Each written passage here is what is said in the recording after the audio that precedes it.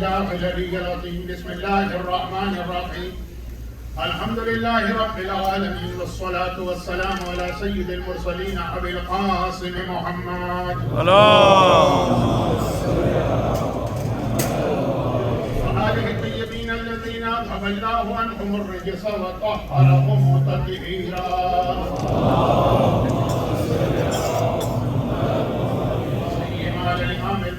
والهدية الثانية شرج اللهم له الفرج ولعنة الله على أعدائهم أجمعين من الأزل إلى الأبد. أما بعد فقد قال الحكيم في كتابه الكريم بسم الله الرحمن الرحيم.